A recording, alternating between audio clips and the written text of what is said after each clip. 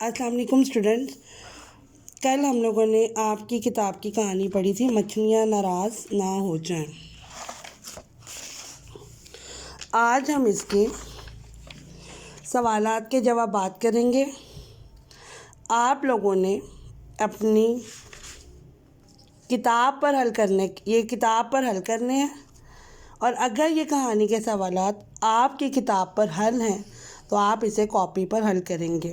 سب سے پہلا سوال ہے، فائز کو کس چیز سے کھیلنا اچھا لگتا تھا؟ تو اس کا جواب ہے، فائز کو پانی سے کھیلنا اچھا لگتا ہے۔ مچھلیاں فائز سے کیوں ناراض تھیں؟ کیونکہ فائز پانی بہت بہاتا تھا۔ سوال نمبر 3 ہے، فائز نے کیا بات سمجھ لی تھی؟ اس کا جواب ہے، فائز نے یہ بات سمجھ لی تھی کہ ضرورت سے زیادہ پانی بہانا اچھی بات نہیں ہے۔ سوال نمبر 4 ہے، آپ کن باتوں کا خیال رکھیں گے کہ مچھلیاں آپ سے بھی ناراض نہ ہوں؟ ہم زیادہ پانی ضائع نہیں کریں گے، ان کے تالاب کو گندا نہیں کریں گے۔ اس کے بعد ہمارا صفحہ نمبر ہے 105۔